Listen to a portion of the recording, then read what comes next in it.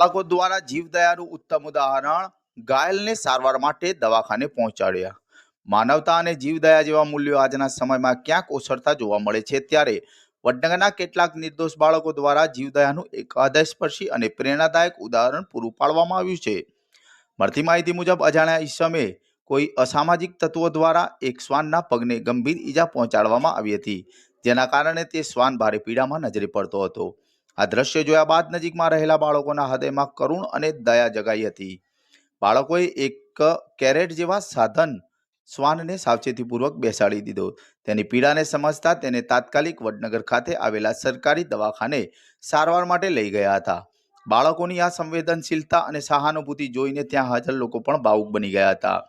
આ બાળકે સાથે વાતચીત કરતા તેમણે ખૂબ જ સહજ અને નિર્દોષ સ્વભાવથી જણાવ્યું કે અમને લાગ્યું કે તેને દુખે છે, એટલે તેને મદદ કરવી જોઈએ।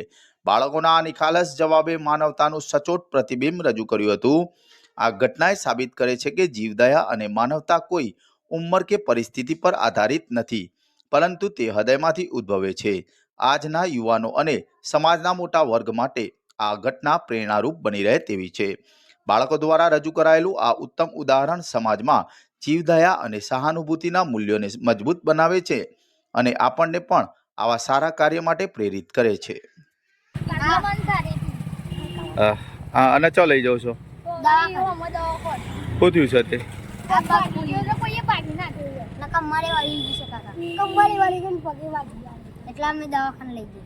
કયા દવાખાને લઈ જાઓ?